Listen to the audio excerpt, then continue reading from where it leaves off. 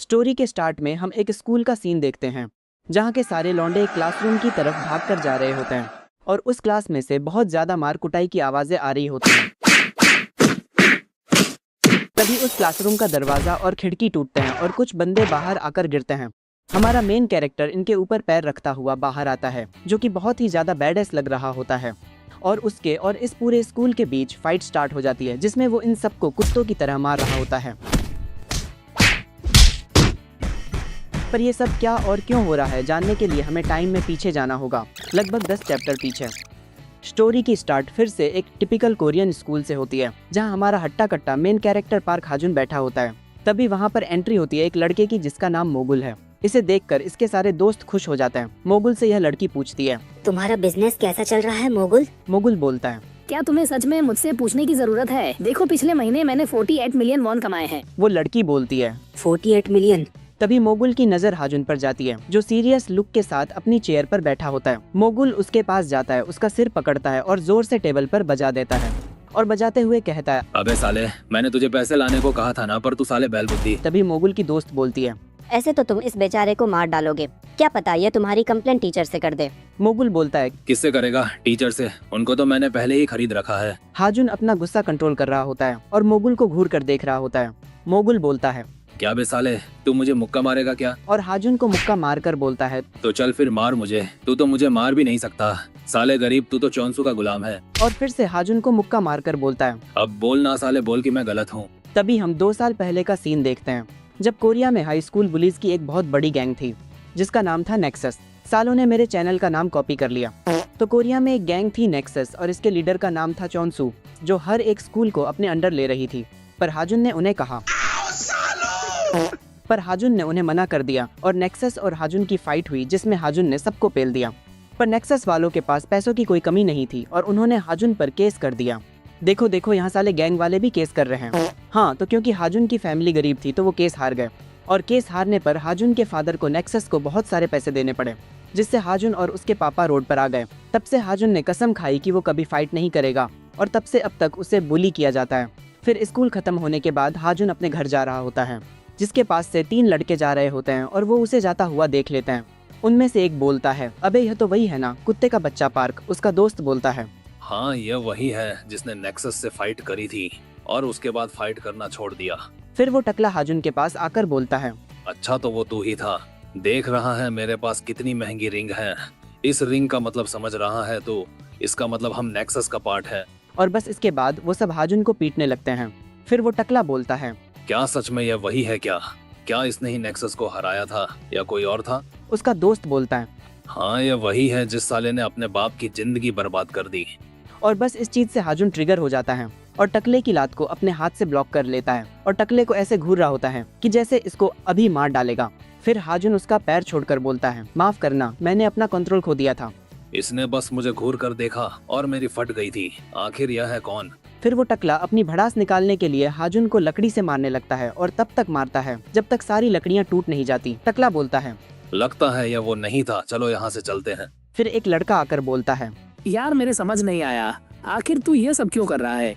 इतना पिटने के बाद तो तू इन सबका कुत्ता बना देता। ओह, तो तू क्या ये सब पैसों के चक्कर में कर रहा है? तो बता, क्या इतना पैसा काफी है? इतना पैसा तो काफी है एक अच्छे लॉयर को खरीदने के लिए।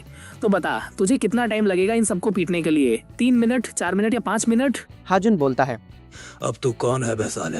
वो लड़का बोलता है, मैं वही इंसान हूँ जिसे चौंसू की मारनी है। मैं तुझे अपने बारे में और बता सकता हूँ पर यहाँ पर लोग ज्यादा हैं।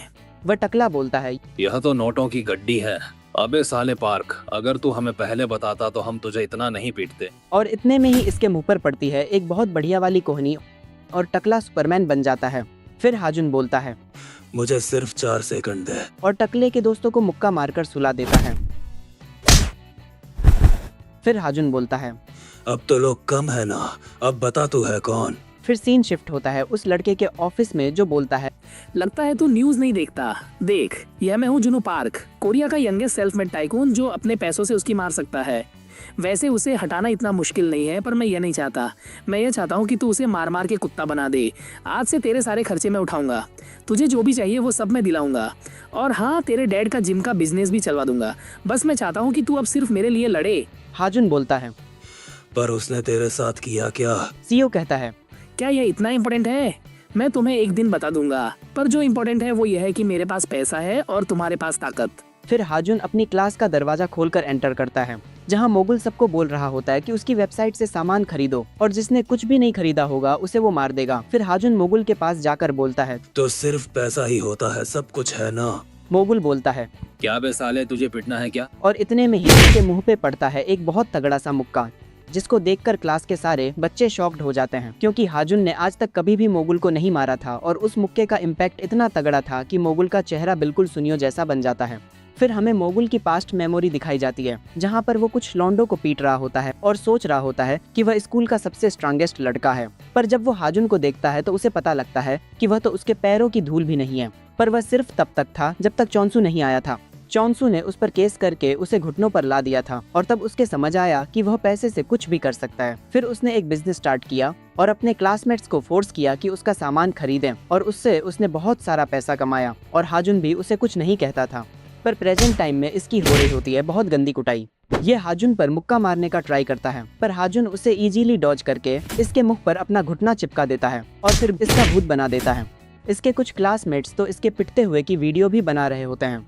फिर हाजुन इसे मुक्का मार के क्लास के गेट पर चिपका देता है और इसके अभी भी समझ नहीं आ रहा होता कि आखिर यह क्या चल रहा है। फिर मोगुल अपने दोस्तों से बोलता है, अबे ओ साले, इसे रोकने में मेरी मदद करो। पर हाजुन सिर्फ उन्हें घूर कर देखता है, जिससे उनकी फट जाती है और वो मोगुल को इग्नोर करने लगते हैं। मोगुल अपने फोन का कैमरा ऑन करके बोलता है, साले दूर हो जाते, तेरे पास तो पैसा भी नहीं है। आखिरी बार जब तूने इसकी बात पूरी भी नहीं होती और इसके मुंह पे आती है एक बहुत तगड़ी सीलात और पड़ते हैं इसके मुंह पे दोनों तरफ से मुक्के। फिर हाजुन से बचने के लिए यह अपनी क्लास से निकल कर भागता है और सोचता है, अब मैं क्या करूं? एक मिनट, इस साले ने 2 साल से फाइट नहीं की है। यह किसी जिम वाले लौंडे के सामने नहीं टिक पाएगा। अब सिर्फ मुझे सियोंग ही बचा सकता है। फिर वो एक रूम में एंटर करता है जहाँ पर एक लड़का बाइसेप कर्ल मार रहा होता है। सियोंग बोलता है, कैसा है चोई, और यह तेरे चेहरे को क्या हुआ? मोगुल बोलता है, सियोंग, तुझे मेरी जान बचानी होगी उस हैवान से। और तभी यहाँ पर हाजुन आ जाता है। मोगुल बोलता है, अबे साले, यह हाजुन है, 1 मिलियन में कुछ नहीं होगा। अगर तू 2 मिलियन वॉन देगा तो मैं सोच सकता हूँ। मोगुल कहता है, ठीक है, बस तू कुछ भी करके इसे रोक मुझे मारने से। माफ करना यार, पर मुझे खाने पीने के लिए पैसा चाहिए और हमारे लिए चीजें महंगी भी बहुत हैं। हाजुन बोलता है, अगर ऐसा है तो ठीक है, तुम्हें आराम देना चाहिए अपनी बॉडी को। ये पैसा लो और मेरे सामने से हट जाओ। सियोंग कहता है, थैंक्स हाजुन, मैं चलता हूँ यहाँ से। मोगुल कहता है, साले तू मुझे ऐसे धोखा कैसे दे सकता है? और अगले सीन में ये विंडो तोड़कर क्लास के बाहर जाके गिरता है, जिसे उनका प्रिंसिपल देखकर बोलता है, आखिर यहाँ पर क्या चल रहा है? और फिर क्लास के बाहर हाजुन आता है, जिसे देखकर वहाँ का प्रिंसिपल बोलता, हाजुन, आखिर तुम ये क्या कर रहे हो? फिर सीन शिफ्ट होता है प्रिंसिपल ऑफिस में, जहाँ पर प्रिंसिपल बोल रहा होता है, क्या तुम कोई गुंडे मवाली हो? ये तुम्हारा क्लासमेट है। मैंने पिछली बार तुम्हें दूसरा मौका दिया था और तुम यह सब कर रहे हो। यह सब सुनकर मोगुल मन ही मन हंस रहा होता है, पर इसकी हंसी ज्यादा देर तक नहीं टिकती, क्योंकि अगले ही पल हाजुन इसके मुंह पर एक मुक्का मार देता है और इसे देखकर मेरा सेटिस्फेक्शन लेवल कुछ ऐसा होता है। अभी मजा आएगा ना भिड़ो। और बिना रुके इसके मुंह पर मुक्के ही मुक्के पेल देता है। फिर यहाँ पर एक बंदा आकर बोलता है, मिस्टर हाजुन पार्क, अब आपको रुक जाना चाहिए। और तब जाकर हाजुन शांत होता है। फिर वहाँ का प्रिंसिपल पूछता है कि आखिर तुम हो कौन? फिर वो बंदा बताता है कि वो केआर कंपनी का लॉयर है और उसका नाम ब्योंगवान है। इस सब को सुनकर प्रिंसिपल शॉक्ड हो जाता है और सोचता है कि केआर कंपनी का लॉयर यहाँ क्यों आया है। फिर सीन शिफ्ट होता है सीईओ के ऑफिस पर, जिससे हाजुन पूछता है, आखिर तुमने यह सब कैसे किया? लॉयर से बात करने के बाद मेरा प्रिंसिपल मेरी चाटने लगा था और उसने मोगुल को भी स्कूल से निकाल दिया। यह सब इतना भी मुश्किल नहीं था। उस साले मोगुल ने तो तुम्हें बहुत परेशान किया है, तो उसके साथ जो हुआ सही हुआ। हाजुन बोलता है, और प्रिंसिपल का क्या? सीईओ बोलता है, अच्छा, उसको तो मैंने अपना पालतू कुत्ता बना लिया, पर अभी मैं उसे यूज करूंगा मोक्स को जेल कराने में, और उसके बाद मैं उसे भी जेल में डलवा दूंगा। मैं ऐसे लोगों को खुला नहीं छोड़ सकता। चल इन सबको छोड़, तू बता तुझे उसे पीटने में मजा आया? हाजुन कहता है, हाँ, थोड़ा बहुत। सीईओ बोलता है, सिर्फ थोड़ा? इसका मतलब तुम्हें छोटी चीजें करने में मजा नहीं आता। फिर तो मुझे तुम्हें पहले ही थैंक यू बोल देना चाहिए तुम्हारे काम करने से पहले। फिर सीन शिफ्ट होता है मोगुल पर, जो हाजुन से हारने के बाद बावला हो रहा होता है। मोगुल बोलता है, हाँ साले, तुझे क्या लगा मैं तुझे छोड़ दूंगा? मैं तुझे मार डालूंगा। फिर मोगुल एक बिल्डिंग में जाकर वहाँ का रूम नॉक करता है। अंदर से एक बंदा बोलता है कि आखिर बाहर कौन है? मोगुल बोलता है, अबे मैं मोगुल, मैं यहाँ पर काम से आया हूँ। वो बंदा बोलता है, ओए ये तो तुम हो मोगुल। बिल्कुल सही टाइम पर आए हो। जिन सियोंग देखो, मोगुल आया है। और यहाँ पर किसी बंदे की ठुकाई चल रही होती है जो कि होता है सियोंग। जिन सियोंग बोलता है, उसको अंदर आने दो और इसे हमारे क्लाइंट के सामने से हटा दो। मोगुल बोलता है। तो तुम लोग यह सब करते हो? पीले बालों वाला लड़का बोलता है, और क्या हम तो यह सभी करते हैं। जिन सियोंग बोलता है, आखिर बात क्या है? तू यहाँ पर कभी नहीं आता। मोगुल कहता है। एक और बंदे को ठिकाने लगवाना है, पर वो इससे भी ज्यादा ताकतवर है। जिन सियोंग बोलता है। वो तो साले सही है, पर यह बता कि कितना पैसा देगा? मोगुल कहता है, 10 मिलियन वॉन। पीले बालों वाला लड़का बोलता है, 10 मिलियन? तूने क्या आज कुछ फूंक रखा है क्या? और इतने में ही इसके सर पे पड़ता है लोहे का बल्ला। जिन सियोंग बोलता है, मैंने तुझे फालतू बोलने के लिए मना किया था ना। क्या तू चोई के सामने पिटना चाहता है क्या? पीले बालों वाला लड़का बोलता है, सॉरी बॉस, मैं आज के बाद ऐसा नहीं करूंगा। जिन सियोंग बोलता है, मुझे नहीं लगता कि हमें इससे और कुछ सुनने की भी जरूरत है। अगर तू तगड़ा पैसा दे रहा है तो कोई तगड़ा बंदा ही होगा। चल बता उसका नाम। मोगुल कहता है, हाजुन पार्क। जिन सियोंग बोलता है, चल यहाँ से जल्दी से निकल जा। अबे साले, 10 मिलियन हाजुन पार्क के लिए हम उसे नॉर्मल तरीके से नहीं पकड़ सकते। मोगुल बोलता है, अभी के लिए 10 मिलियन, पर जब काम पूरा हो जाएगा मैं तुम्हें 20 मिलियन दूंगा। जिन सियोंग बोलता है, तो फिर ठीक है, डील पक्की। फिर सीन शिफ्ट होता है एक घर पर जो बिल्डिंग्स के बीच में बना हुआ है, जिसके अंदर सीईओ जाकर बोलता है, देखो यहाँ मैं हूँ जुनू। मुझे यहाँ आए हुए बहुत टाइम हो गया, माफ करना। पर देखो मैं चिकन लाया हूँ। आजकल पता नहीं चिकन को क्या हो गया है। तुम्हारे डैड यहाँ का सबसे अच्छा चिकन बनाते थे। मेरा उनके हाथ का चिकन खाने का बहुत मन कर रहा है। आखिरी बार मैंने उनके हाथ का चिकन 2 साल पहले खाया था। 2 साल। पर आज भी ऐसा लगता है जैसे कि कल ही हुआ था। माफ करना, पर मुझे जाना होगा। पर जो मुझे करना था आखिर वो शुरू ही हो गया। यार सीईओ की बात सुनकर तो ऐसा लग रहा है कि 2 साल पहले यहाँ पर कुछ कांड हुआ होगा जिसके पीछे चौंसू होगा, इसलिए ही सीईओ उससे बदला लेना चाहता है। ब्योंग वान बोलता है, चोई कुछ कांड कर रहा है, क्या मैं उसे रोकूं? नहीं, ऐसा कुछ मत करना। तुम्हें पता ही है कि मुझे चीजें इस तरीके से करना पसंद नहीं है। ब्योंग वान कहता है, जैसा आप चाहें। फिर सीन शिफ्ट होता है हाजुन के घर पर, जहाँ पर उसके डैड बोल रहे होते हैं, क्या उन्होंने मुझे बुलाया है आपके जिम पर? नहीं नहीं, मैं कल आ जाऊंगा। और सैलरी क्या इतनी ज्यादा? ठीक है, फिर मैं आपसे कल मिलता हूँ। ओए लौंडे, तेरे बाप की जॉब लग गई, ऐसे तो हम अमीर बन जाएंगे। फिर हाजुन बोलता है, मैं जिम जा रहा हूँ। ठीक है, पर घर जल्दी आ जाना, क्योंकि आज हम बढ़िया वाला खाना खाएंगे। और अपने डैड को खुश देखकर हाजुन भी स्माइल कर देता है। और ये पहली बार है जब हम हाजुन को हंसते हुए देख रहे हैं। फिर जब वो नीचे जा रहा होता है तो उसके फोन पर सीईओ की कॉल आ रही होती है। हाजुन बोलता है, हेलो। सीईओ बोलता है, मोगल रास्ते में है। उसने कुछ गुंडे तुम्हें उठाने के लिए भेजे हैं। ऐसा नहीं है कि मुझे तुम्हारी चिंता है, पर मुझे कॉल कर देना अगर वो वहाँ पर आ जाए। हाजुन बोलता है, उसकी जरूरत नहीं पड़ेगी। सीईओ कहता है, क्यों? हाजुन बोलता है, क्योंकि वो यहाँ पर पहले ही आ गए हैं। जिनसियोंग बोलता है, तुम्हें देखकर अच्छा लगा हाजुन। हाजुन बोलता है, अब तू कौन है बे? और तभी हाजुन की तरफ एक वैन आ रही होती है। उस वैन को पीले बालों वाला लड़का चला रहा होता है और वैन को अपनी तरफ आता हुआ देखकर हाजुन उसकी तरफ भागने लगता है। यह देखकर सबकी फट जाती है और हाजुन से बचने के लिए वो वैन को मोड़ देता है, जिससे डिसबैलेंस होकर हाजुन गिर जाता है। सब बोल रहे होते हैं कि इसे देखकर तो 1 मिनट को हमारी फट गई थी। क्या ये पागल वागल है क्या? जिनसियोंग बोलता है, नहीं, ये बहुत समझदार है। फिर हाजुन जो कि इंजर्ड होता है वो उठकर बोलता है, आखिर तुम लोग मुझे क्यों मार रहे हो? जिनसियोंग बोलता है, आखिर ये क्या बोल रहा है? वेल एक्चुअली हाजुन लीगल खेल रहा होता है क्योंकि उसकी आवाज सुनकर वहाँ के सारे लोग जाग जाते हैं। जिनसियोंग बोलता है, चलो हमें यहाँ से निकलना होगा। उम्मीद है हम वापस मिलेंगे हाजुन। और वो वैन में बैठकर वहाँ से भागने लगता है। पर हाजुन भी इनको ऐसे नहीं जाने देगा और वो भी इनके पीछे भागने लगता। हाजुन को वैन के पीछे भागता हुआ देखकर ये नमूने हंसने लगते हैं और बोल रहे होते हैं, ये कितना बड़ा बुद्धू है। इसको क्या लगा कि ये हमारी वैन को पकड़ लेगा? वेल एक्चुअली हाजुन वैन को पकड़ भी लेता है, जिसे देखकर इन सब की फट जाती है। हाजुन वैन के ऊपर चढ़कर एक मुक्का मारता है और इनमें से एक लौंडे को वैन के बाहर खींच लेता है। इनका एक बंदा बोलता है, जिनसियोंग, उसने सू को पकड़ लिया, अब हम क्या करें? जिनसियोंग बोलता है, उसे जाने दो। वो लड़का बोलता है, पर क्यों? जिनसियोंग बोलता है, जितना बोला है बस उतना ही सुना कर। और ये सब उस लौंडे को वहीं छोड़कर भाग जाते हैं। फिर जब उस लौंडे को होश आता है तो वह रियलाइज करता है कि उसके पीछे एक दरिंदा खड़ा है। हाजुन बोलता है, वो सब आखिर कहाँ जा रहे हैं? वो लड़का बोलता है, आखिर मुझे क्या पता होगा, कहीं अच्छी जगह ही जा रहे होंगे। और हाजुन मुक्का मारकर उसको भी अच्छी जगह भेज देता है। फिर हाजुन बोलता है, बोल साले। फिर वो लौंडा बोलता है, तुझे क्या लगा कि मैं उनको धोखा दे दूंगा? जितना मारना है मार ले, पर मैं नहीं बताऊंगा कि वो कहाँ गए हैं। और हाजुन फिर से मुक्का मार के उसको अच्छी जगह भेज देता है। फिर सीन शिफ्ट होता है जिनसियोंग के हाइड आउट पर, जहाँ ये सब पार्टी कर रहे होते हैं। जिनसियोंग बोलता है, बहुत बढ़िया काम किया लौंडो, पर ज्यादा पीकर टल्ली मत हो जाना। मोगुल अपना ग्लास पटक कर बोलता है, ओए जिनसियोंग, तू मजाक कर रहा है क्या? तेरे लौंडे तो उसे पकड़ तक नहीं पाए, तो तू पार्टी किस बात की कर रहा है? अबे सालो, तुमको जितना मैंने पैसा दिया है उतना काम तो करो। और अगर हाजुन पार्क यहाँ आ गया तो तुम क्या करोगे? जिनसियोंग हंसता हुआ बोलता है। मैं समझ रहा हूँ कि तू यह क्यों बोल रहा है। इन सब बातों से मेरे काम पर कोई फर्क नहीं पड़ता। और तूने कोरिया की मशहूर कहावत तो सुनी ही होगी, जंगली सुअर को मारने के लिए चाकू का इस्तेमाल नहीं किया जाता। और अभी हम शेर का शिकार कर रहे हैं। क्या कभी तूने सुना है कि शेर चाकू का शिकार बनता है? नहीं ना। तो फिर हमारे पूर्वज शेर का शिकार कैसे करते थे? सिंपल है, वो कुछ जंगली कुत्ते छोड़ देते थे। शेरों को शांत माहौल में शिकार करना पसंद होता है, पर कुत्ते उस माहौल को खराब कर देते हैं और तब तक करते हैं जब तक वो मर नहीं जाता। और यही हमारा प्लान है, उसको तब तक थकाना जब तक वो हार न जाए। और तभी उनके दरवाजे पर कोई चीज आकर बहुत जोर से ठुकती है, जिसे देखकर ये सब हैरान हो जाते हैं। पीले बालों वाला लड़का बोलता है, एक मिनट, कोई साला हमारे लोहे के दरवाजे पर डेंट मार रहा है और फिर इनके दरवाजे पर कुछ बहुत जोर से आकर टकराता है।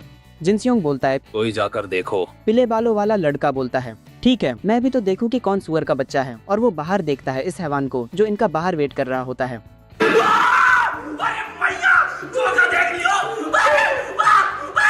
हाजुन को देखकर इन सब की गंदी वाली फट जाती है और ये सब पैनिक करना स्टार्ट कर देते हैं। जिनसियोंग बोलता है, सब शांत हो जाओ, वो लोहे का दरवाजा नहीं तोड़ पाएगा, उसको बाहर खड़ा रहने दो, कुछ टाइम बाद वो खुद ही चला जाएगा।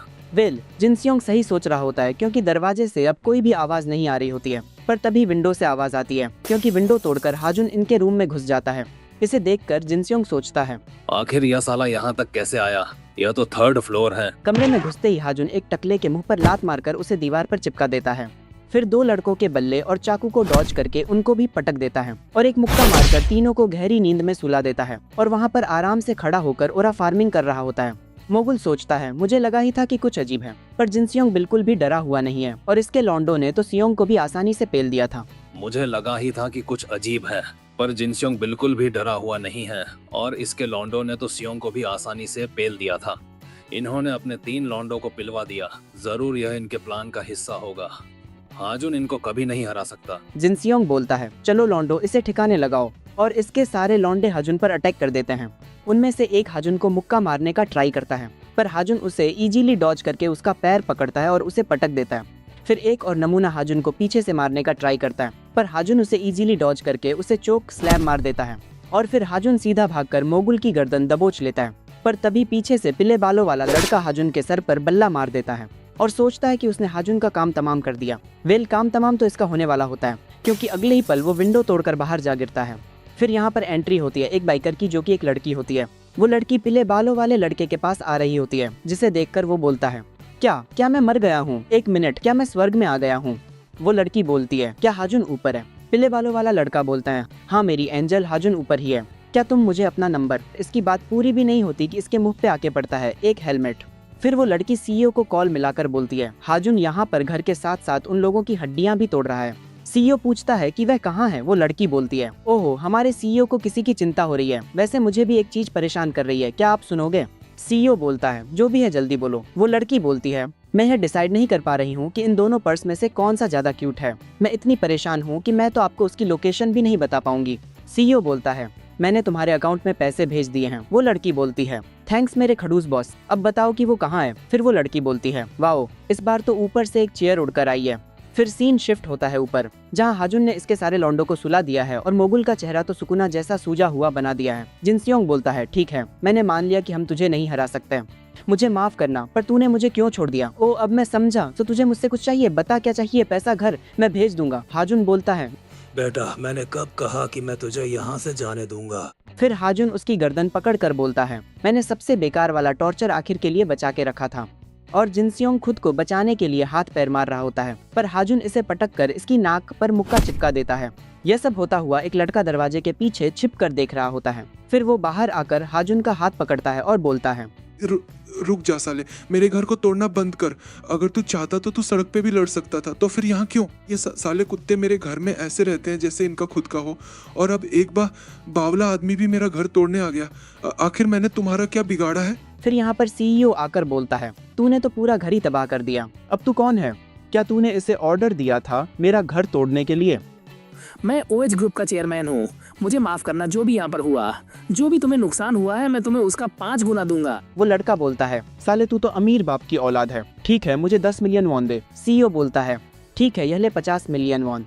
फिर जिनसियोंग सोचता है, यह साला हैवान इंसान कैसे हो सकता है, मैं इसे नहीं हरा सकता, मुझे यहाँ से भागना होगा। और वो सीधा बिल्डिंग से छलांग लगा देता है, पर हाजुन उसे हवा में ही पकड़ लेता है और बोलता है, 何お前はもう死んでいる बेटा मैंने कब कहा कि मैं तुझे यहाँ से जाने दूंगा। जिनसियोंग सोचता है, अगर इसने मुझे ऊपर खींच लिया तो यह साला मुझे मार डालेगा। इसीलिए वो हाजुन से बचने के लिए अपनी जीप के नीचे छुपाया हुआ चाकू निकालता है और हाजुन के हाथ पर मारने का ट्राई करता है, जिससे हाजुन उसे छोड़ देता है। जिनसियोंग सोचता है, मैंने कर दिया, अब तो मैं सेफ हूँ। पर ये बुद्धू ये भूल गया था कि इसने 3rd फ्लोर से छलांग मारी थी, इसलिए वो सीधा जाकर जमीन पे ठुकता है और लंगड़ाता हुआ वहाँ से भाग जाता है। सीईओ बोलता है, वाओ इसके जीने की इच्छा तो बहुत ज्यादा है। तभी पीछे से मकान मालिक वाला लड़का बोलता है, तुम साले बावले हो, तुमने मौत को खुद ही गले लगा लिया। तुम्हें पता भी है कि उसका बाप कौन है? उसका बाप पीजे शिपिंग का चेयरमैन है। क्या तुम्हें नहीं पता कि एक गैंगस्टर कितना खतरनाक होता है? सीईओ बोलता है। ओह ऐसा है क्या? फिर तो ये थोड़ी दिक्कत की बात है। फिर सीन शिफ्ट होता है जिनसियोंग पर, जो फटी हुई हालत में अपने घर आता है। उसे देखकर उसका बाप हुआंग बोलता है, ये किस कुत्ते के बच्चे ने तुम्हारे साथ किया? जिनसियोंग बोलता है। डैड, क्या आप उन 2 कमीनों को ठिकाने लगा सकते हो मेरे लिए? हुआंग बोलता है, पक्का तू यही चाहता है ना? पर आखिर यह सब किसने किया तेरे साथ? अगर तू चाहता है कि मैं उन दोनों को ठिकाने लगाऊं, तो नीचे देखकर नहीं, मेरी आंखों में ऊपर देखकर बात कर। बता आखिर तू क्या चाहता है? जिनसियोंग बोलता है। मैं तब तक नहीं सोऊंगा जब तक मैं उनकी लाशें नहीं देख लेता। हुआंग कहता है, अब की ना तूने मेरे बेटे वाली बात। किम, हमें 2 स्टील के बैरल चाहिए होंगे, हमें कुछ कुत्तों के बच्चों को सबक सिखाना है। फिर हुआंग अपनी गैंग को इकट्ठा करके उस बिल्डिंग में आता है जहाँ पर सीईओ और हाजुन खड़े होते हैं। हुआंग को देखकर सीईओ बोलता है, ओह तो तुम 2 हाई स्कूल के लड़कों को पीटने के लिए इतने सारे गुंडे लाए हो। यह तो पक्का है कि किसी को भी बेमौत नहीं मरना चाहिए, पर मेरे पास एक बेहतर प्लान है। क्यों मैं सही बोल रहा हूँ ना मिस्टर हुआंग? हुआंग हैरान होकर बोलता है, मिस्टर जुनो, आप यहाँ क्या कर रहे हो? तभी हुआंग का फोन बजता है। वो कहता है, नाम, मैं अभी बहुत इंपॉर्टेंट काम कर रहा हूँ, मैं बाद में कॉल करता हूँ। नाम फोन पर बोलता है, पर सर ये बहुत अर्जेंट है। सारे ओजे एफिलिएट्स ने हमारी शिपिंग लेने से मना कर दिया है और वो सब कह रहे हैं कि उनके चेयरमैन ने उन्हें ऐसा करने का ऑर्डर दिया है। यह सब सुनकर हुआंग की पूरी तरह फट जाती है और वो सीधा सीईओ के पैरों में गिरकर उससे भीख मांगने लगता है। हुआंग के गैंग वाले पूछते हैं, बॉस आप आखिर इसके सामने क्यों झुक रहे हो? हुआंग चिल्लाता है, तुम सब साले चुप हो जाओ। सीईओ बोलता है, चलो अच्छा है, देर आए पर दुरुस्त आए। तो चलो फिर अपने इन छपरियों को यहाँ से वापस भेजना शुरू करो। और हुआंग की गैंग के सारे बंदे वहाँ से चले जाते हैं। फिर हुआंग बोलता है, सर आपको तो पता ही है कि वो शिपिंग डील हमारे लिए कितनी इम्पोर्टेंट है, उस पे हमारी पूरी जिंदगी टिकी है। सीईओ कहता है, मैं भी कॉन्ट्रैक्ट कैंसिल करना नहीं चाहता था, पर हमारी पब्लिक इमेज ज्यादा इम्पोर्टेंट है। एक गैंग के बॉस का बाप हमारा पार्टनर हो, यह वो इमेज नहीं है जिसे हम मार्केट में ढूंढ रहे हैं। हुआंग बोलता है, मैं इसे बाहर पढ़ने भेज दूंगा और यह आज के बाद कोरिया कभी वापस नहीं आएगा। जिनसियोंग बीच में बोलता है, डैड आप क्या बोल रहे हो? मेरी पिटाई हुई है और मैं ही कोरिया के बाहर क्यों जाऊंगा? और उसका बाप उसे वहीं बेल्ट से कूट देता है, जिसे देखकर सीईओ को हंसी आ जाती है। सीईओ कहता है, यह तो कंफर्म है कि आपका बेटा बिल्कुल आप पर ही गया है। ओ मिस्टर हुआंग, अब इतना काफी है। इसे बाहर पढ़ने भेजना तो ऐसा लग रहा है जैसे इसे कोई ट्रीट मिल रही हो। पर मेरे पास आपके लड़के को सुधारने का एक बेहतर आइडिया है। आज आपके बेटे की वजह से मुझे 50 मिलियन वॉन का घाटा हुआ है, तो आपका बेटा काम करके मेरा यह पैसा लौटाएगा। हुआंग बोलता है, पर सर इस साले को तो कोई काम भी नहीं आता, तो यह पैसा कहाँ से कमाएगा? सीईओ कहता है, क्या सीफेयरिंग आपका फैमिली बिजनेस नहीं है? फिशिंग बोट्स अच्छा पैसा देती हैं क्यों? और फिर आखिरी सीन शिफ्ट होता है जिनसियोंग पर, जो समंदर के बीचों बीच मछली पकड़ रहा होता है और रोते हुए बोल रहा होता है, डैड आखिर आपने मुझे कहाँ फंसा दिया? सीन शिफ्ट होता है सीईओ के ऑफिस में, जिससे हाजुन बोलता है, तुम तो बिल्कुल एक विलेन की तरह बात कर रहे थे। सीईओ कहता है, एक विलेन? हाँ तुम कह सकते हो कि जो काम हम कर रहे हैं वो कोई दूध का धुला तो नहीं है। पर हाँ, आज के बाद ऐसे काम मत करना जिसके चक्कर में मुझे पैसा भरना पड़े, और बिना फालतू के खुद को चोट पहुंचाना बंद करो। हाजुन बोलता है, चोट? मुझे तो कोई चोट नहीं लगी। तभी वहाँ खड़ी बाइकर लड़की बोलती है, अच्छा तो फिर तुम्हारे चेहरे पर ये निशान कैसे हैं? सीईओ बोलता है, ओ हाँ, इससे मिलो। ये अब हमारे साथ काम करेगी नेक्सस को हराने में। यह एक इंस्टाग्राम सेलिब्रिटी है और हमारे लिए एक इन्फॉर्मर का काम करेगी। फिर हमें बताया जाता है कि इस बाइकर लड़की का नाम सियोयान है और इसके इंस्टाग्राम पर 5 लाख से भी ज्यादा फॉलोवर्स हैं। सीओ यान बोलती है, क्या तुम सच में मुझे इस अजीब नाम से बुलाओगे? मैं तो बस बहुत सारे लोगों को जानती हूँ। वैसे मैं थोड़ी सरप्राइज्ड हूँ, मुझे लगा था कि तुम एक ट्रकर की तरह दिखते होगे, पर तुम तो काफी हैंडसम हो। सीईओ बोलता है, ओए सीओ यान, काम के वक्त यह सब नहीं चलेगा। सीईओ यान बोलती है, चुप रहे, मैं जब भी चाहूँ इसे बाहर लेकर जा सकती हूँ। सीईओ बोलता है, अच्छा, और आखिरी बार जो तुमने। सीईओ यान बीच में ही बोलती है, ब्ले ब्ले ब्ले, जो काम है तुम वो बताओ ना। सीईओ बोलता है, मैं यही तो बोल रहा था, ज्यादा कुछ सीरियस नहीं है, हमें बस अपने नेक्स्ट मूव के लिए प्लान बनाना है। सीईओ यान बोलती है, पर हमारे पास तो पहले से ही एक प्लान है ना, जहाँ पर हाजुन जाकर सबको पीट देता है। सीईओ बोलता है, नेक्सस पहले से बहुत ज्यादा स्ट्रांग हो गया है, हाजुन उन सबको अकेले नहीं हरा सकता। मुझे लगता है कि हमें और लोगों की जरूरत पड़ेगी, और एक ऐसा बंदा है जो हमें ज्वाइन कर सकता है। वो अभी डोंगह्यून हाई स्कूल में पढ़ रहा है, जिसे फिलहाल नेक्सस कंट्रोल करता है। हाजुन बोलता है, डोंगह्यून हाई, किम डोंगह्यून। सीईओ बोलता है, अरे वाह, तुम्हारी याददाश्त तो बहुत अच्छी है। हाँ, वही जो आखिर तक तुम्हारे साथ खड़ा था जब तुम्हारी नेक्सस के साथ लड़ाई हुई थी। हाजुन बोलता है, पर वो तो। सीईओ कहता है, हाँ, मुझे पता है कि उस वॉर ने उसकी लाइफ के साथ साथ उसकी टांग भी खराब कर दी।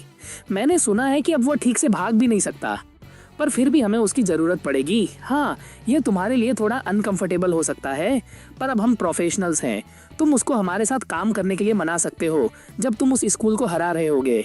फिर सीन शिफ्ट होता है डोंगह्यून हाई स्कूल पर, जहाँ पर बहुत सारे लड़के बैठकर बात कर रहे होते हैं। उनमें से एक बंदा अपने लीडर को बताता है कि मोगुल को उसके कांड के चक्कर में जुवेनाइल जेल भेज दिया गया है, तो अब से इनल हाई स्कूल से पैसा नहीं आएगा। फिर वहाँ पे एक लड़का बोलता है, वो साला मोगुल तो किसी काम का था ही नहीं, उसे पैसा देने का क्या फायदा हुआ। उसके साइड वाला बंदा बोलता है, क्या हमें उस बंदे के बारे में बात नहीं करनी चाहिए जिसने मोगुल को जेल भिजवाया है, चाहे वो साला जोकर था, पर था तो नेक्सस का ही बंदा ना।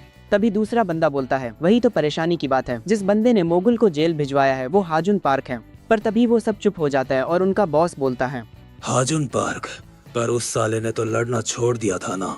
तभी एक लड़का भागता हुआ आता है और बोलता है, ब्रेकिंग न्यूज, हाजुन पार्क ने हमारे स्कूल में एडमिशन ले लिया है। यह सुनकर सब बहुत ज्यादा शॉक्ड हो जाते हैं। फिर उनका लीडर जोंगचुल बोलता है, तुम तो मेरी उम्मीद से पहले आ गए हाजुन। फिर सीन शिफ्ट होता है क्लासरूम पर, जहां हाजुन से उसके टीचर पूछते हैं कि अपने बारे में क्लास को कुछ बताओ। हाजुन बोलता है, डोंगह्यून हाई, मैं यहाँ पर तुम सबको ठिकाने लगाने आया हूँ। फिर उसके टीचर डरते हुए बोलते हैं, हाँ, तुम्हें इस क्लास में पढ़ने में कोई दिक्कत नहीं होगी, चलो मैं देखता हूँ। हाँ, तुम वहाँ पीछे बैठ सकते हो। आज के लिए बस इतना ही, और हाँ, स्मोकिंग सिर्फ स्मोकिंग एरिया में ही करना। फिर हाजुन पीछे जाकर अपनी सीट पर बैठ जाता। उसके बगल में बैठा हुआ लड़का, जिसका नाम यूमिन चो है, वो बोलता है, फाइनली तुमसे मुलाकात हो ही गई हाजुन पार्क। मैंने बहुत लोगों से सुना है तुम्हारे बारे में कि तुम ऐसे बंदे हो जिससे पंगा नहीं लेना चाहिए, पर फिर भी मुझे तुमसे फाइट करनी है।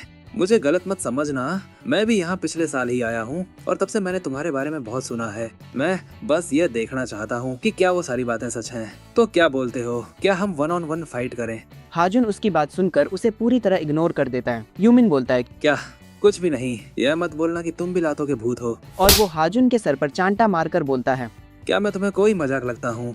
और इतने में ही उसके मुंह पर पड़ती है हाजुन की एक बढ़िया वाली कोहनी, जिससे वो पीछे जाकर गिरता है। और क्लास के सारे बच्चे शॉक्ड हो जाते हैं कि हाजुन ने उनके स्कूल के द्वैथ रैंक के बंदे को इतनी आसानी से हरा दिया। फिर हाजुन अपना सिर बेंच पर नीचे करते हुए बोलता है, अगर और किसी को भी पिटना है तो बता देना। फिर सीन शिफ्ट होता है एक सट्टेबाजी बैटिंग एरिया पर, जहां सीओ यान बोलती है, सच बोलूं, मुझे नहीं लगता कि हमें डोंगह्यून को अपनी टीम में लेना चाहिए। जब हम किसी भी स्ट्रांग बंदे को ले सकते हैं तो फिर हम इसे क्यों ले रहे हैं? तुम उसे इसलिए ले रहे हो क्योंकि वो हाजुन का दोस्त है, या फिर तुम्हें उस पर दया आ रही है? क्या हम कोई चैरिटी चला रहे हैं क्या? सीईओ बोलता है, अगर मैं डोंगह्यून को एक शब्द में समझाना चाहूँ तो वो शब्द होगा हट्टी। कुछ लोग उसकी बॉडी और उसकी हालत देखकर उसे हल्के में ले लेते हैं, पर जो चीज वो नहीं देख पाते वो है उसकी कभी ना हार मानने की इच्छा, जिससे वो नेक्सस से लड़ा था। और एक और बात है कि वह टूट जाएगा पर किसी के सामने झुकेगा नहीं। सीईओ यान बोलती है, तो हम ऐसे बंदे को क्यों ले रहे हैं जिसकी टांग टूटी हुई है? सीईओ कहता है, क्योंकि मुझे विश्वास है कि अगर आप टूट भी जाते हो और फिर भी खुद को खड़ा कर लेते हो तो आप पहले से कहीं ज्यादा खतरनाक हो सकते हो। सीईओ यान ताना मारते हुए कहती है, तो एक काम करो, उस पर एक बुक ही लिख दो। फिर सीन शिफ्ट होता है डोंगह्यून हाई स्कूल के कॉरिडोर पर, जहां हाजुन जा रहा होता है और सब लोग उसे घूर कर देख रहे होते हैं। तभी हाजुन सामने से डोंगह्यून को आता हुआ देखता है, जिसके पेट में एक लड़का लात मारकर बोलता है, अबे कुत्ते के बच्चे, तूने यह जानबूझकर किया है ना? साले, एक चॉकलेट बाहर से लाने में तुझे 5 मिनट से ज्यादा लग गए। मैंने तेरे पर पैसे लगाए थे कि तू 5 मिनट से पहले ले आएगा, और अब मैं आपकी वजह से वो शर्त हार गया। अबे साले, अब इसके लिए क्या बहाना मारेगा तू? पीछे से उसके दोस्त बोलते हैं, अबे भाई, उसकी पहले से ही हालत खराब है। वो तेरी पिटाई के डर से भी तेज नहीं भाग पाएगा। अगर उसने भागने की कोशिश भी की तो उसकी टांग पूरी तरह खराब हो जाएगी। और तू सोच रहा है कि यह 5 मिनट से पहले आ जाएगा। वह बंदा बोलता है। साले, कुछ भी इम्पॉसिबल नहीं होता। मुझे बस इसे इसकी टांग खराब होने के डर से भी ज्यादा डराना होगा। सुन रहा है ना तू साले कुत्ते? फिर सीन शिफ्ट होता है सीईओ के ऑफिस पर, जहां सीईओ यान बोल रही होती है, ठीक है, मैं समझ गई कि तुम डोंगह्यून को टीम में क्यों ले रहे हो, पर हाजुन को मुझ पर गुस्सा नहीं आया जब मैं डोंगह्यून के बारे में बुरा बोल रही थी। क्या हम पैसे देकर यह काम जल्दी नहीं करवा सकते? सीईओ बोलता है। हाँ, हम पैसे देकर काम करवा तो सकते हैं, पर किम डोंगह्यून ऐसा आदमी नहीं है जो पैसों के लिए बिक जाए। क्या तुम्हें पता है कि वह 2 साल पहले नेक्सस से क्यों लड़ा था? सिंपल है, क्योंकि हाजुन लड़ा था। यह सुनने में थोड़ा अजीब लगेगा कि कोई दूसरे की लड़ाई में अपनी जान क्यों ही जोखिम में डालेगा, पर जितना मैंने उसके बारे में सुना है, उसके लिए उसके दोस्त की लड़ाई उसकी खुद की लड़ाई है और उसके दोस्त की चोट उसकी खुद की चोट है। वो इसी तरह का इंसान है। फिर सीन शिफ्ट होता है डोंगह्यून हाई के स्मोकिंग एरिया में, जहां डोंगह्यून सिगरेट पीने के लिए आया होता है, पर उसका लाइटर नहीं चलता और वह अपना गुस्सा निकालने के लिए लाइटर फेंक देता है, जो सीधा हाजुन के पैर के पास जाकर गिरता है। हाजुन डोंगह्यून को देखकर बोलता है। बड़े टाइम बाद मिलना हो रहा है, क्यों? डोंगह्यून बोलता है। मैंने सुना है कि तुम यहाँ इन सबको हराने आए हो। तुम्हें लगता है कि तुम इन सबको हरा पाओगे? नेक्सस अब पहले से भी ज्यादा मजबूत हो चुका है। उसके पास पैसों के साथ साथ लोग भी ज्यादा है। हम पहले ही हार चुके हैं हाजुन, सब कुछ पहले ही खत्म हो चुका है। हाजुन बोलता है, नहीं, इस बार हम जीतेंगे। डोंगह्यून बोलता है। हम पहली बार भी हारने के लिए नहीं लड़े थे और तुम्हारी इन बातों से मैं खुद को नहीं बदलने वाला। और डोंगह्यून वहाँ से जाने लगता है, जिससे हाजुन बोलता है। नहीं, इस बार हम जीतेंगे, तुम देख लेना। इन दोनों को बात करता हुआ जोंगचुल देख रहा होता है, जो मन ही मन बोलता है। क्या बस इतना ही? इस नाली के कीड़े के साथ तुम टीम बनाना चाहते हो? क्या तुम बस इतना ही कर सकते हो हाजुन? आया बड़ा साला, लौंडो तैयार हो जाओ, हमें इसकी टांग तोड़नी है। फिर सीन शिफ्ट होता है हॉस्पिटल पर, जहां डोंगह्यून से उसका डॉक्टर बोलता है, मुझे देखकर अच्छा लग रहा है कि तुम अपनी थेरेपी को सीरियसली ले रहे हो, पर इतना काफी नहीं है। जितना ज्यादा तुम टाइम लोगे उतने ही कम चांसेस होंगे तुम्हारी टांग के पूरी तरह रिकवर होने के। किसी अच्छे सर्जन को जल्दी ढूंढो और अपनी सर्जरी करवाओ। हाँ, मुझे पता है कि इसमें काफी पैसा लगेगा, पर यह पैसा तुम्हारी हेल्थ से ज्यादा कीमती नहीं है। डोंगह्यून बोलता है। ठीक है डॉक्टर, मैं देखता हूँ। फिर डोंगह्यून हॉस्पिटल के बाहर खड़ा होता है, तभी पीछे से उसे कोई बुलाता है। वो उससे पूछता है तो डॉक्टर ने क्या कहा, और यह कोई और नहीं बल्कि जोंगचुल होता है। वो आगे पूछता है। तो डॉक्टर ने क्या कहा? क्या तुम पहले से सही हो रहे हो? डोंगह्यून गुस्से में बोलता है। अब तुझे मुझसे क्या चाहिए जोंगचुल? जोंगचुल कहता है, ओए, क्या तू भूल रहा है कि हम पहले दोस्त थे? तेरी बात सुनकर मुझे बहुत बुरा लगा, पर इतना भी नहीं। मैं तो बस यहाँ यह देखने आया था कि हमारे पुराने लीडर के क्या हाल हैं। मैंने तुझे हाजुन से बात करते हुए देखा था, तो मैंने सोचा कि जाकर देख लूं कि कहीं तुम पहले की तरह ठीक तो नहीं हो गए, क्योंकि अगर तुम ठीक हो गए होगे तो मुझे तुम्हारी टांग वापस से तोड़नी होगी। डोंगह्यून बोलता है। और तू यहाँ अकेले आया है? तुझे पता है ना कि अगर मैं पूरी तरह सही हो गया तो तू मुझे नहीं हरा सकता। यह सुनकर जोंगचुल की गंदी वाली किलस जाती है और वो डोंगह्यून की उसी टूटी हुई टांग पर जोर से लात मार देता है। उसे जमीन पर गिराने के बाद हंसकर बोलता है। ये साला कमीना, तू क्या सोच रहा था कि मैं अब भी तेरे अंडर काम करता हूँ? तुझे यह सब मजाक में नहीं लेना चाहिए। क्या तू भूल गया कि कैसे हाजुन अपने घुटनों पर आकर हमसे भीख मांग रहा था? क्या मुझे तुझे वो सब फिर से याद दिलाना पड़ेगा? तू तो अपनी इस हालत का खुद ही जिम्मेदार है। आया बड़ा लॉयल्टी दिखाने वाला। डोंगह्यून बोलता है तो तुम सही हो, और तुमने क्या किया? हमको धोखा देकर तुम नेक्सस के साथ मिल गए। जोंगचुल बोलता है। ओह, तो तू ऐसा दिखा रहा है जैसे मैं कोई बहुत बुरा इंसान हूँ। डोंगह्यून बोलता है। तो क्या तू नहीं है? जोंगचुल हंसकर बोलता है। जो भी मानना है मान, मैं एक बुरा इंसान बनने के लिए तैयार हूँ, ना कि तेरी तरह एक सड़ी हुई नाली का कीड़ा बनने के लिए। और तू तो इस बार अपनी वो वफादारी भी नहीं दिखा पाएगा। आया बड़ा साला। और डोंगह्यून बस चुपचाप जमीन पर बैठकर उसकी बातें सुन रहा होता है। फिर सीन शिफ्ट होता है डोंगह्यून हाई स्कूल पर, जहां हाजुन अपनी क्लास में बैठा होता है। तभी अचानक स्कूल के स्पीकर में जोंगचुल की आवाज गूंजती है। वो बोलता है। यह मैं बोल रहा हूँ जोंगचुल, जैसा कि तुम सब जानते ही होगे कि जिस हाजुन पार्क ने 2 साल पहले नेक्सस को हराया था, उसने हमारे स्कूल में एडमिशन ले लिया है, और वो साला हमको हराने की धमकी भी दे रहा है। तो क्या तुम सब वापस से उससे पिटना चाहते हो? हाँ, मुझे पता है कि तुम सब बहुत ज़्यादा स्ट्रांग हो, और मुझे यह भी पता है कि तुम 1-on-1 फाइट में भी जीत जाओगे। पर मुझे उस सब में कोई इंटरेस्ट नहीं है, क्योंकि मैं कोई बेवकूफ़ नहीं हूँ। तो चलो हाजुन पार्क का हंट शुरू करते हैं। इस चैप्टर के स्टार्ट में दो लड़के खिड़की तोड़कर अपनी क्लास से बाहर जा गिरते हैं। फिर कुछ और लौंडे दरवाजा तोड़कर बाहर आकर गिरते हैं और इन सबको हाजुन कुत्ता बनाकर पीट रहा होता है। वहाँ खड़ा एक बंदा बोलता है, आखिर तुम सब रुक क्यों गए? वेल, वो सब रुके नहीं हैं, बल्कि हाजुन से पहले ही बुरी तरह पीट चुके हैं। फिर हाजुन बोलता है, डोंगह्यून हाई, चलो देखते हैं कि अब कौन किसको हंट करता है। और सारे लौंडे हाजुन को पीटने के लिए उसकी तरफ दौड़ पड़ते हैं। हाजुन एक के पेट में लात मारकर उसे पीछे फेंक देता है, फिर दूसरे के मुंह पे बढ़िया सा मुक्का और तीसरे की छिन के नीचे एक तगड़ा मुक्का मारकर उसके मुंह से खून निकाल देता है। किम डोंगह्यून अपनी क्लास में चुपचाप बैठकर बाहर से आ रही मारने पीटने की आवाजों को सुन रहा होता है। बाहर हाजुन अकेला ही इन सबका भूत बना रहा होता है और अब हम विटनेस करने वाले हैं एक बेहतरीन फाइट सीन को। Never slow up, no I don't take shit, I got no love for the fakeness. If you wanna play tough and wanna hate this, I'll always show up and make a statement. I don't ever slow up, no I don't take shit, I got no love for the fakeness. If you wanna play tough and wanna hate this, I'll always show up and make a statement. Everything I do so instinctive and so passionate. Every word I move so descriptive like an adjective. I got a vendetta against people who patented being negative when you should be getting after it. I got facts over tracks, this and that, spitting slow, spitting fast. I could roast, I could gas, think I'm okay at last, but I don't know if that can erase all the past. And the pettiness, a reflection of the emptiness. Hilarious, you think you're worth my time, you're delirious. Mysterious, because you hide behind a fake exterior. Inferior, you know I'll always be a bit superior. Get off of me, this ain't... तो ये बस में कुछ नया try करना चाहता था। अब स्टोरी पर वापस आते हैं। बाहर हाजुन अकेला ही इन सबका भूत बना रहा होता है। वो पहले एक बंदे के मुंह पे मुक्का मारता है, फिर बेहतरीन फुटवर्क का यूज करके दूसरे बंदे के पेट में लात चिपका देता है। हाजुन को इस तरह तबाही मचाते देखकर वहाँ खड़े सारे लड़के खौफ में आ जाते हैं और बोलते हैं, ये साला मजाक नहीं कर रहा था जब इसने बोला था कि ये हम सबको ठिकाने लगाने आया है। अगर हमें इसे रोकना है तो हमें इसे लॉक में फंसाना होगा। और वो सब ऐसा ही करते हैं। वो हाजुन को एक साथ दबोच कर लॉक में फंसा लेते हैं और उसके मुंह पे मुक्के मारने लगते हैं। पर ऐसा वो ज्यादा देर तक नहीं कर पाते क्योंकि हाजुन एक लौंडे के पैर में बहुत तगड़ी लात मारता है जिससे वह दर्द से चीख उठता है। फिर हाजुन उसके मुंह पे अपना घुटना चिपकाता है, पेट में लात मारकर उसे हवा में उड़ा देता है और एक जबरदस्त हेडबट मारकर खुद को लॉक से रिलीज करवा लेता है। रिलीज होते ही वो सीधा सामने वाले के मुंह पर मुक्का जड़ता है और अब 4 लौंडों को एक साथ पेल देता। वो इन सबको मारता हुआ आगे बढ़ता है और एंड में एक आखिरी लौंडे के मुंह पे मुक्का मारकर सबको ढेर कर देता है। पर कहानी अभी यहाँ खत्म नहीं होती क्योंकि आगे से बहुत सारे नए लड़के आ जाते हैं हाजुन को घेरने के लिए। हाजुन अब थोड़ा थक चुका होता है क्योंकि उसने अभी अभी बहुत सारे लौंडों को पीटा था और अब उसे इन सब से भी अकेले ही भिड़ना पड़ेगा।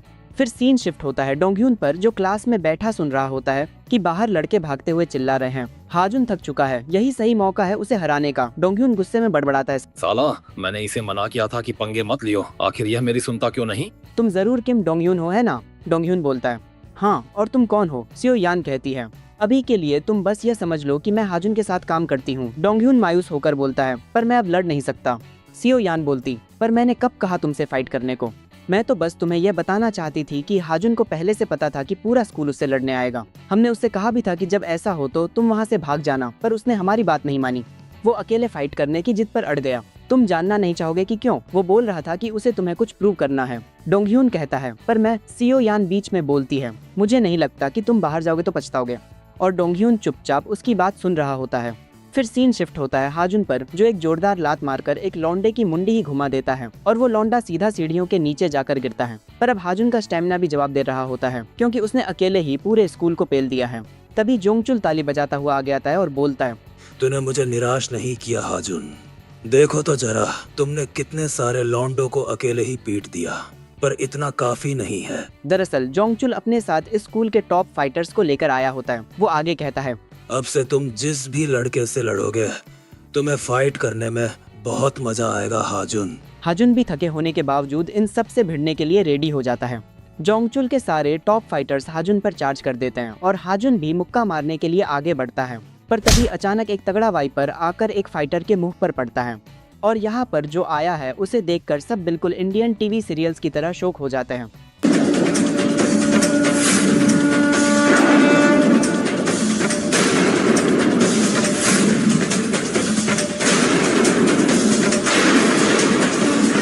सब चौंक कर देखते हैं कि यह वाइपर किसी और ने नहीं बल्कि डोंगह्यून ने मारा है। डोंगह्यून आगे आकर बोलता, हाजुन साले, क्या तू इन सब से अकेले ही लड़ने की सोच रहा था? जोंगचुल का एक बंदा बोलता है, मुझे पता ही था यह लंगड़ा अपनी टांग अड़ाएगा। जोंगचुल हंसकर बोलता है, पर यह इतना भी बुरा नहीं है, बस हमें अपना थोड़ा प्लान बदलना होगा, क्योंकि अब हमें इन दोनों को ही एक साथ ठिकाने लगाना पड़ेगा। और उसके लौंडे डोंगह्यून पर टूट पड़ते हैं। डोंगह्यून पास पड़ी एक लकड़ी को बीच से तोड़ता है और दोनों हाथों में हथियार लेकर तैयार हो जाता है। उनमें से एक लौंडा मुक्का मारने आता है और चिल्लाता है, क्या बेसाले, तू खुद को हीरो समझ रहा है क्या? डोंगह्यून पहले उसके हाथ पर अपनी लकड़ी मारता है और फिर खींचकर उसकी गुद्दी पर वार करता है। तभी एक और बंदा डोंगह्यून को टैकल करने की कोशिश करता है, पर डोंगह्यून अपनी उसी चोटिल टांग से उसके पेट में घुटना चिपका देता है और मार मार कर उनका भूत बना देता है। दूसरी तरफ हाजुन भी मुक्कों से दुश्मनों को धूल चटा रहा होता है। दोनों दोस्त आगे पीछे से इन सब की बहुत गंदी कुटाई कर रहे होते हैं। दुश्मनों का एक बंदा पिटते हुए बोलता है, क्या यह सब सच में हो रहा है? एक साले की टांग खराब है और दूसरा थका हुआ है, तब भी ये दोनों इतने ताकतवर कैसे हैं? पर हाजुन और डोंगह्यून बिना रुके उनका कुत्ता बना रहे होते हैं। फाइट के बीच में ही डोंगह्यून हाजुन से बोलता है, मुझे माफ करना हाजुन, मैं अपनी इस हालत का जिम्मेदार तुम्हें समझ रहा था, पर यह बात मुझे भी अंदर से पता थी कि इसमें तुम्हारी कोई गलती नहीं है। मैं बस अपनी बेबसी का गुस्सा किसी दूसरे पर निकालना चाहता था। डोंगह्यून की ये बातें सुनकर हाजुन के चेहरे पर एक प्यारी सी स्माइल आ जाती है। तभी उनके ऊपर जोंगचुल मुक्का तानकर कूदता है और चिल्लाता है, अगर तुम दोनों मरना ही चाहते हो तो यही सही। डोंगह्यून हाजुन से कहता है, ओए हाजुन, तू बुरा तो नहीं मानेगा अगर इस जोंगचुल को मैं अकेले ठिकाने लगाऊं। और वो दोनों जोंगचुल के मुक्के से डॉज करके एक रूम की तरफ भागते हैं। उनके पीछे जोंगचुल भागता हुआ चिल्लाता है, क्या मुझसे डरकर भाग रहे हो? क्या तुम बस इतना ही कर सकते हो? तभी हाजुन जोंगचुल की शर्ट पकड़कर उसे पटकता है और खुद रूम के बाहर निकल जाता है। जोंगचुल उठकर बोलता है, साले कुत्ते, 1 मिनट। तभी जोंगचुल नोटिस करता है कि डोंगह्यून ने इस रूम का दरवाजा अंदर से बंद कर दिया है और उसे रस्सी से भी बांध दिया है ताकि बाहर से कोई अंदर न आ सके और अंदर से कोई भाग न पाए। हाजुन बाहर दरवाजे के पास खड़ा होकर बोलता है, डोंगह्यून, तुम मुझे बस 1 मिनट दो, मैं तुम्हारा ज्यादा टाइम नहीं लूंगा। रूम के अंदर जोंगचुल हंसकर बोलता है, तूने साले फिर से एक और गलत चीज कर दी। डोंगह्यून भी हंसते हुए जवाब देता, गलत चीज? हाँ, ये तेरे लिए हो सकती है, क्योंकि अब इस कमरे में तेरा कोई चेला तेरी मदद के लिए नहीं है। साले कुत्ते, क्या बोला तूने?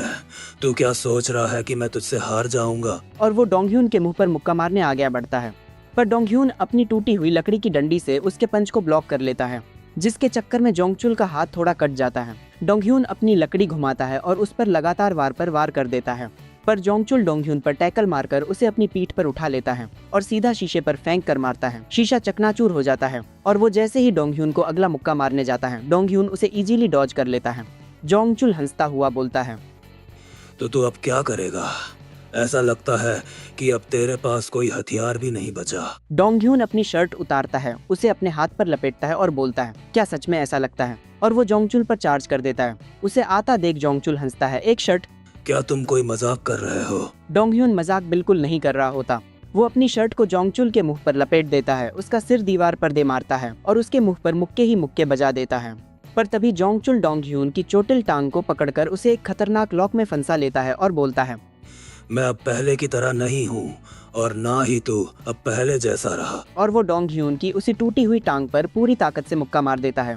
टांग पर चोट लगते ही डोंगह्यून को असहनीय दर्द होता है। जोंगचुल बोलता है, आज जो तूने मेरे खिलाफ जाने की सोची है ना, अब उसके अंजाम के लिए तैयार रह। और वो उसे वहीं छोड़कर जाने लगता है, पर डोंगह्यून दर्द में भी उठ खड़ा होता है और चिल्लाता, रुक जा साले गोरिल्ला। जोंगचुल पीछे मुड़कर देखता है, क्या बेसाल है, तेरे लिए इतनी पिटाई काफी नहीं है। डोंगह्यून अपने फाइटिंग स्टांस में आता है और बोलता है, बेटा, मैंने अभी हार नहीं मानी है। जोंगचुल गुस्से में उसके मुंह पर दोनों तरफ से मुक्के बरसा देता है। जोंगचुल उसके मुंह पर एक और जोरदार मुक्का मारकर उसे फिर से जमीन पर गिरा देता है और हाजुन से फाइट करने के लिए बाहर जाने लगता है। पर डोंगह्यून एक बार फिर लहूलुहान हालत में उठ खड़ा होता है और बोलता है, रुक बे साले, मैंने बोला ना कि मैं अभी हारा नहीं हूँ। जोंगचुल सीधा डोंगह्यून के मुंह पर मुक्का मारने के लिए झपटता है, पर डोंगह्यून नीचे से एक जोरदार अपरकट मारकर जोंगचुल के चेहरे को चीर देता है। जोंगचुल के मुंह पर कट इसलिए लगता है क्योंकि डोंगह्यून ने अपने हाथ में कांच के छोटे छोटे टुकड़े छुपा रखे होते हैं। डोंगह्यून बिना रुके जोंगचुल के मुंह पर दूसरी तरफ से भी मुक्का जड़ देता है।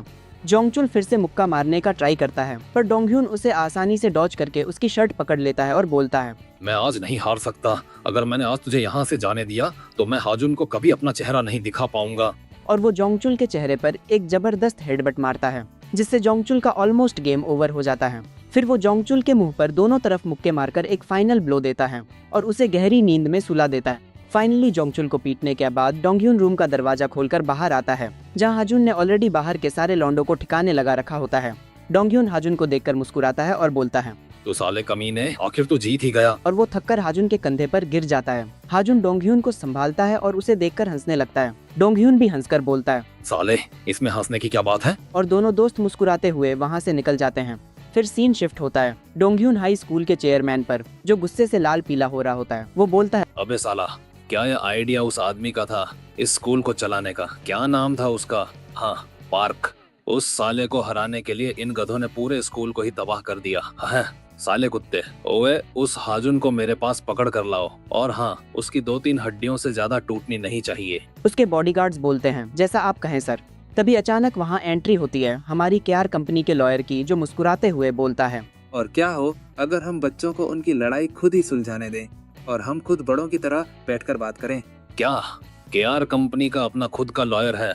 यह साला हाजुन पार्क तो बड़ा अमीर निकला, पर हमारे देश में कानून चलता है, पैसा तुम्हें किसी को भी जान से मारने का हक नहीं दे देता, समझे? तभी केआर कंपनी का लॉयर अपना सूटकेस टेबल पर फेंक कर बोलता है, क्या हम यह सारी फालतू की बकवास बंद नहीं कर सकते?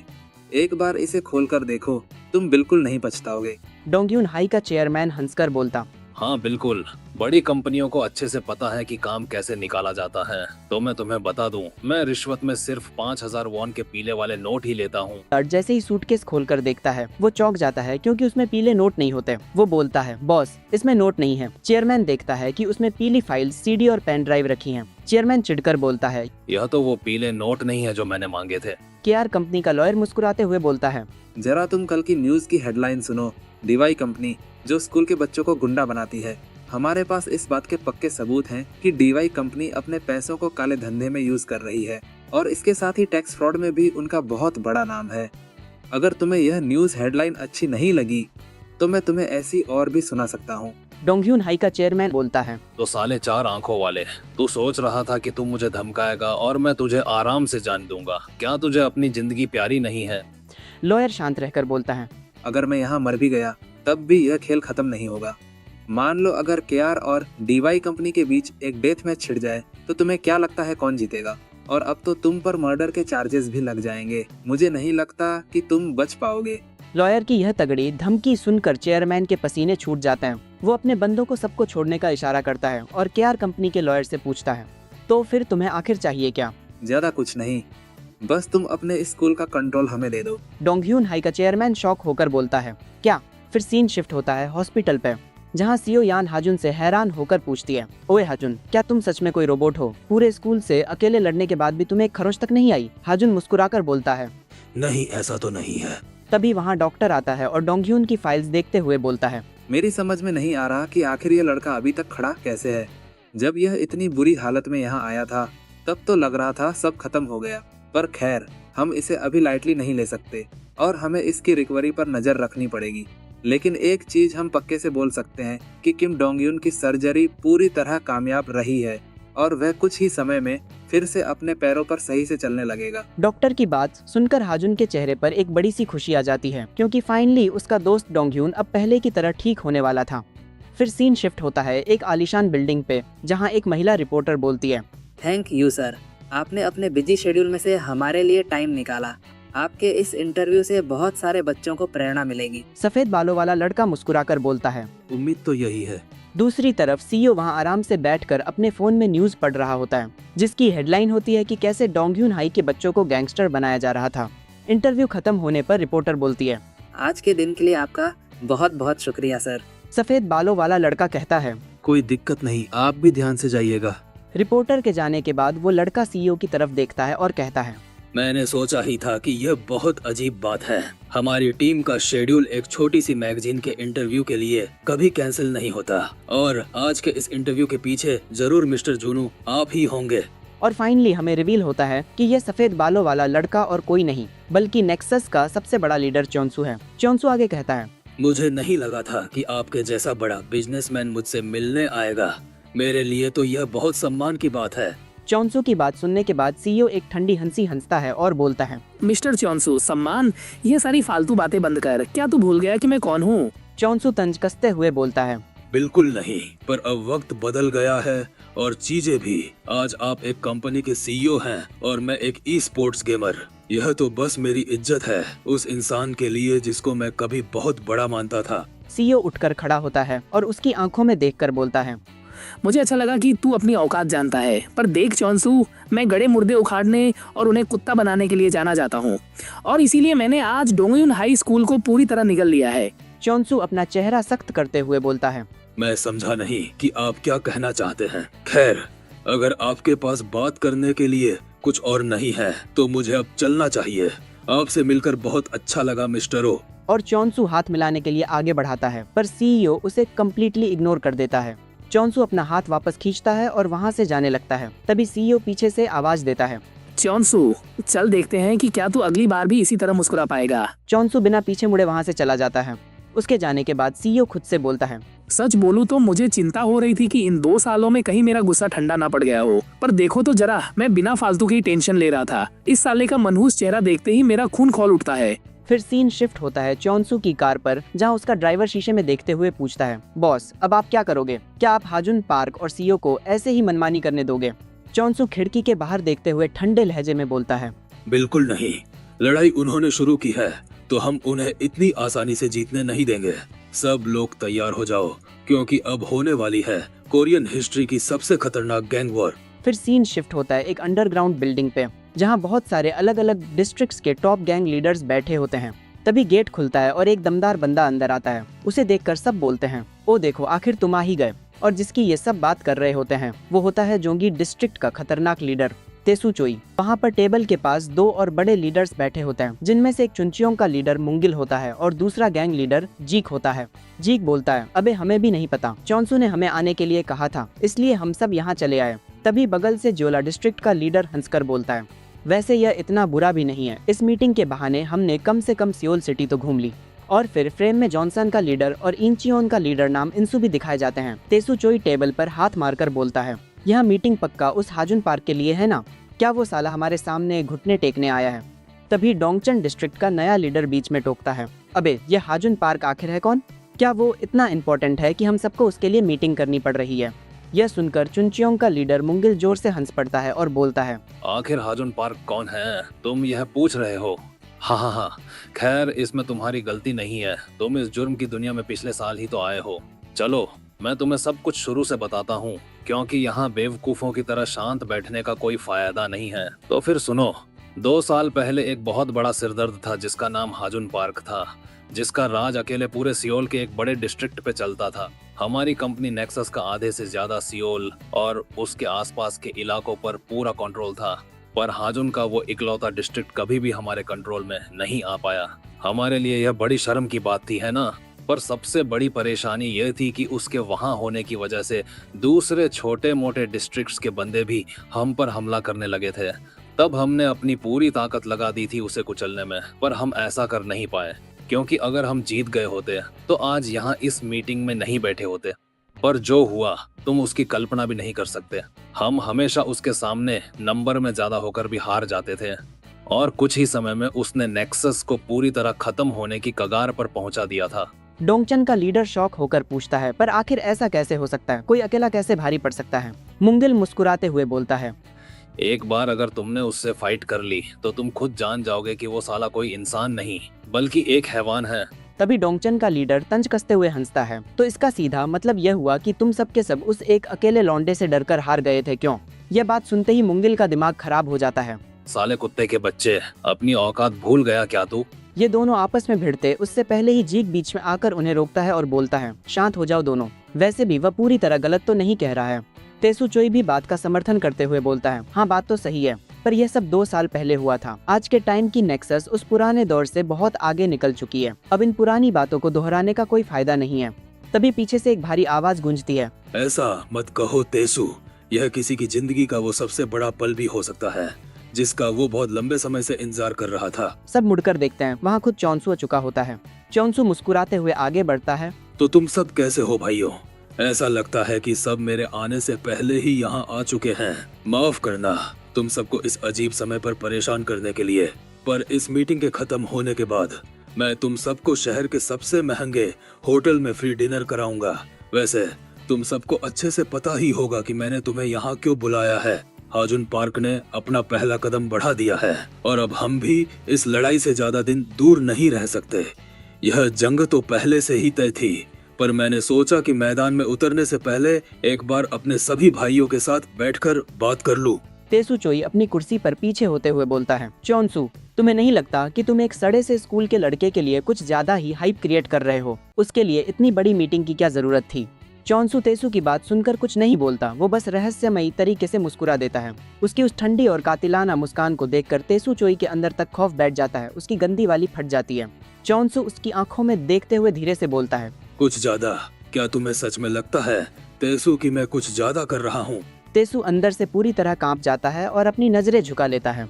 तभी वहाँ बैठा इंचियोन का लीडर इंसु बीच में दखल देता है और अपनी शर्ट का कॉलर ठीक करते हुए बोलता है, नहीं चौनसू, मुझे नहीं लगता कि तुम कुछ भी गलत कर रहे हो। हाजुन पार्क का शिकार करने का मौका तुम मुझे दो, इस चीज का ध्यान मैं खुद रखूंगा। चौनसू हंसकर बोलता है, क्या सच में इंसु? वैसे भी अब हम हाजुन को पैसों या लीगल केसेस से नहीं हरा सकते, क्योंकि अब उसके पीछे एक बहुत अमीर आदमी खड़ा है जो उसे पूरा सपोर्ट कर रहा है। तो उसे पूरी तरह कुचलने के लिए तुम्हें थोड़ा बहुत टाइम तो चाहिए ही होगा ना। इंसु अपने चेहरे पर बने एक पुराने गहरे जख्म के निशान पर हाथ फेरता है और खूंखार आवाज में बोलता था, टाइम चौनसू, जब से मुझे हाजुन के हाथों यह जख्म का निशान मिला है, मैं उसी दिन से 24 घंटे सिर्फ बदला लेने के लिए तैयार बैठा हूँ। चौनसू टेबल पर हाथ मारकर खुश होते हुए बोलता है, बिल्कुल सही, तुम्हारा तो हाजुन के साथ पुराना हिसाब बाकी है और मैं इस काम के लिए तुम पर पूरा भरोसा कर सकता हूँ। तो भाइयों, तुम सबका क्या कहना है इस पर? क्या मैं हाजुन पार्क को ठिकाने लगाने का यह काम इंसु को सौंप दूं? वहाँ बैठे बाकी सारे डिस्ट्रिक्ट लीडर्स एक सुर में बोलते हैं, हमें कोई दिक्कत नहीं है चौनसू, तुम यह काम इंसु को दे सकते हो। चौनसू मुस्कुराते हुए बोलता है, तो ठीक है इंसु, मैं तुम्हें इस मिशन की पूरी जिम्मेदारी सौंपता हूँ। तुम सबका आज यहाँ आने के लिए बहुत बहुत शुक्रिया। सारे लीडर्स वहाँ से जाने लगते हैं और इंसु अपने हाथ के पंच को कसते हुए एक पागल दीवाने की तरह हंसता है और बोलता है, फाइनली अब तुमसे आमना सामना होगा हाजुन पार्क। इस बार मैं तुझे जिंदा नहीं छोड़ूंगा। इस चैप्टर के स्टार्ट में हमें कुछ बाइकर्स दिखाए जाते हैं जो सारे मिलकर एक जगह आकर इकट्ठे हो रहे होते हैं। उन्हें देखकर इंसु बोलता है, लॉन्डो, फाइनली वो दिन आ ही गया, वो दिन जिस दिन हम हाजुन पार्क को हमेशा के लिए ठिकाने लगाएंगे।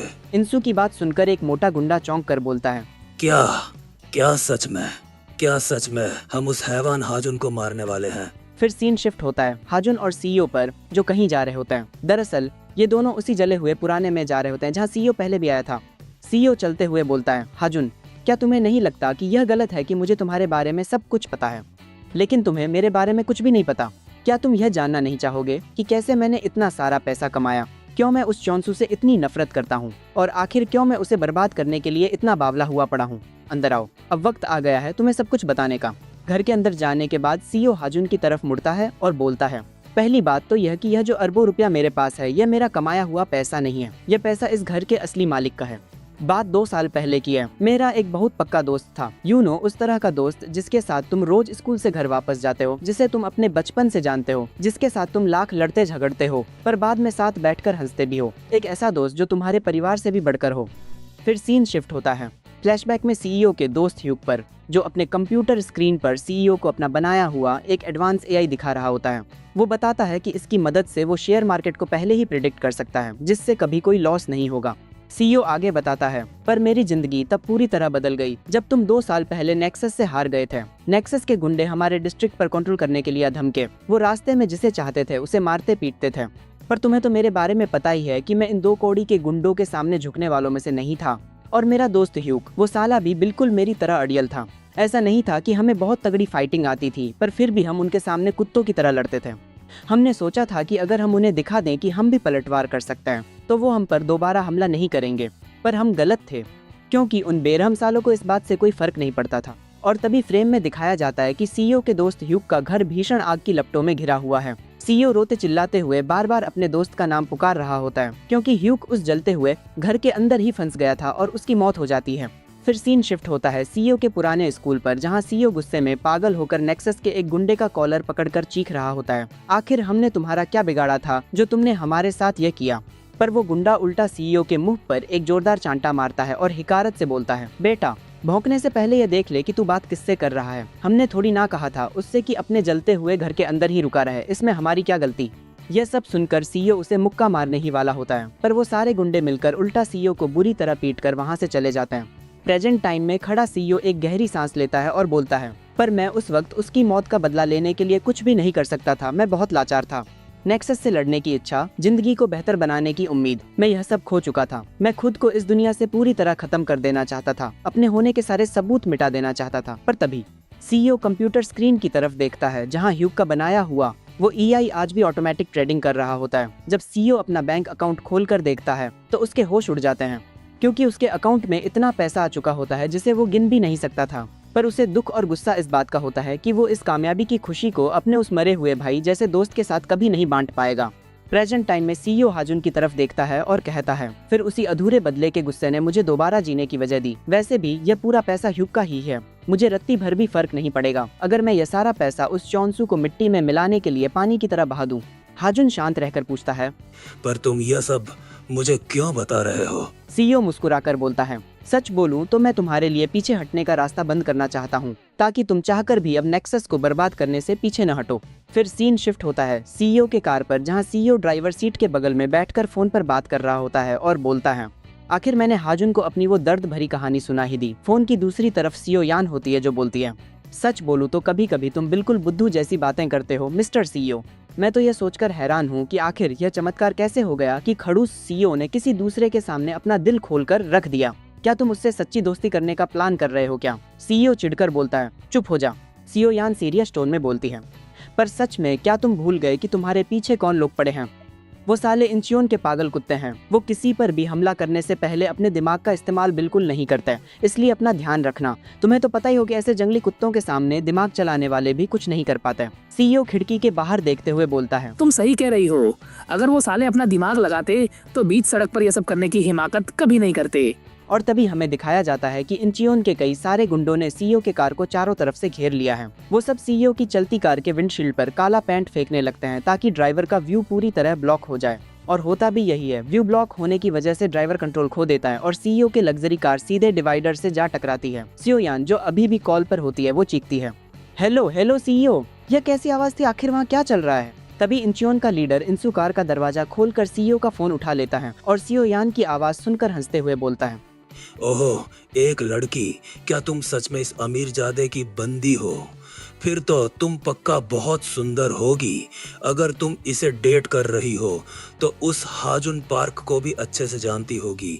उस साले से जाकर कह देना कि उसका काल इंसु उसका इंतजार कर रहा है। उसे अच्छे से पता है कि उसे अब क्या करना है। और वो फोन को सड़क पर पटक कर तोड़ देता है और सीईओ को किडनैप करके वहाँ से निकल जाता है। फोन कटने के बाद सीईओ यान अपनी बाइक पर झुंझला कर बोलती है, इस साले गुंडे का दिमाग खराब है क्या? माना कि मैं बहुत सुंदर हूँ, पर मैं इस खड़ूस चोमू को क्यों डेट करूंगी? फिर सीन शिफ्ट होता है हाजुन पर, जो रास्ते में चलते हुए सीईओ के साथ हुई अपनी पूरी बातचीत को याद कर रहा होता है और मन ही मन बोलता है, बड़ी अजीब और दर्दनाक कहानी थी। बड़ी अजीब और दर्दनाक कहानी थी, पर मैं वैसे भी अब कदम पीछे नहीं खींचने वाला था। तभी हाजुन को पीछे से कोई आवाज देता है। वो सीईओ यान होती है जो अपनी बाइक रोककर हाँफते हुए बोलती है, हाजुन जल्दी पीछे बैठो, इंचन के कुछ खूंखार कुत्तों ने सीईओ को किडनैप कर लिया है। और इसी के साथ हमारा पार्ट 1 एंड होता है। इसके बाद इंचियोन आर्क स्टार्ट होगा जो हम पार्ट 2 में कवर करेंगे। तब तक के लिए बाय बाय।